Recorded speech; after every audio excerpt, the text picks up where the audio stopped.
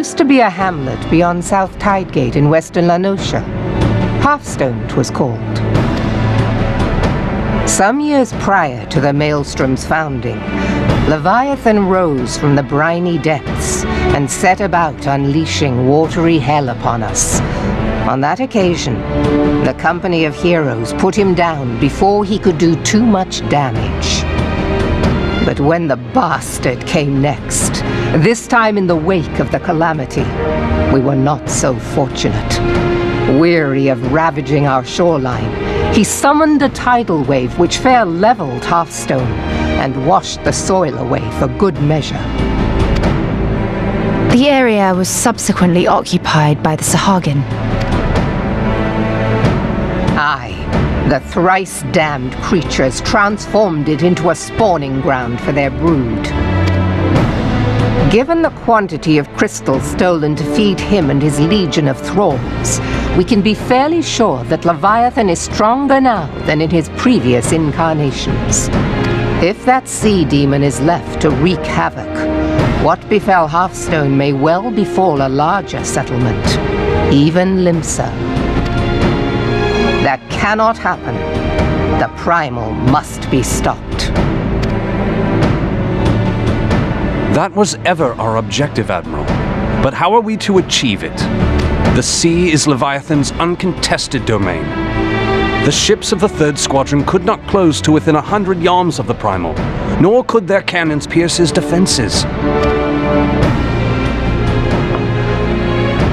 I have read the reports, Master Thancred.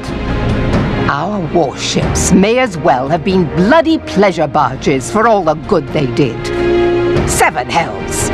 Is there no way that we might strike back? The Company of Heroes defeated Leviathan, having first lured him into an inlet, but we must needs contend with him upon the open sea. It will avail us little to consult past experience.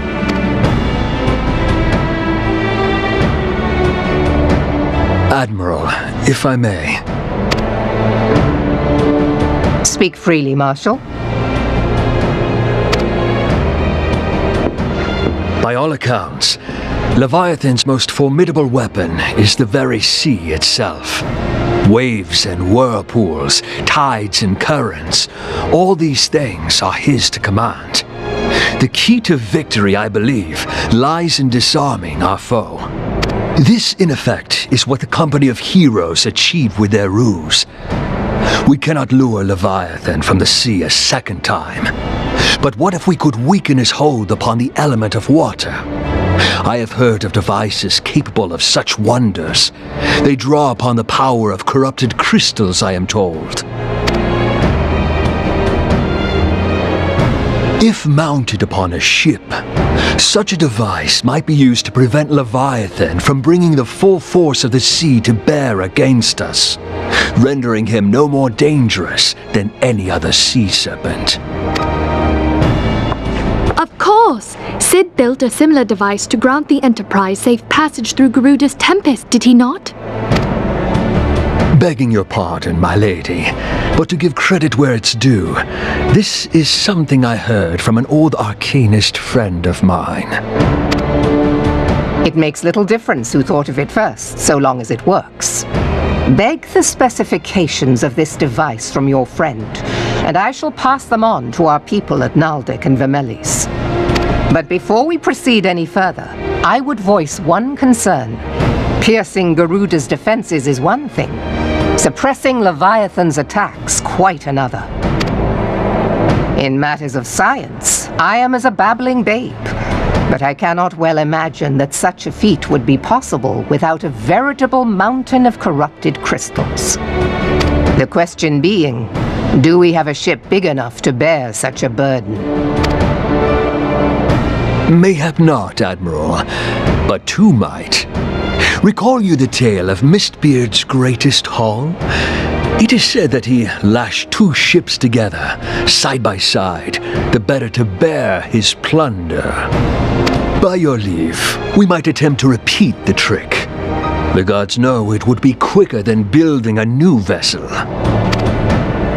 Mistbeard did this. Truly, Marshal, upon the subject of the Pirate King, you are as a scholar. Now, from what I have gleaned of these matters, the device will need to be in close and constant proximity to the target.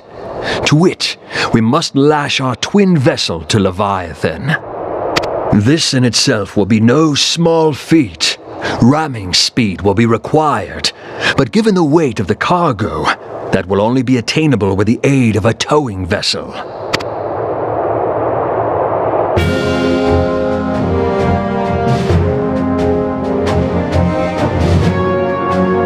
Suffice it to say, the task of piloting said vessel will entail considerable danger, and I would not ask it of another. I volunteer myself. 'Twill be dangerous for all involved, but we have no better recourse. Very well.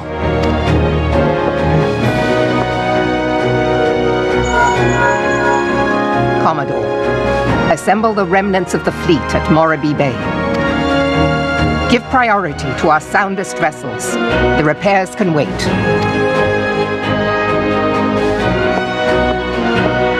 Storm Marshal Slafierson, command of the operation is yours. I want that twin vessel ready to sail post-haste. At once, Admiral.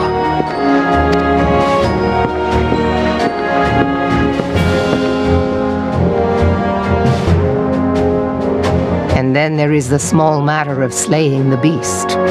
The fate of Limsa Lominsa rests upon your shoulders once again. Go well, Warrior of Light.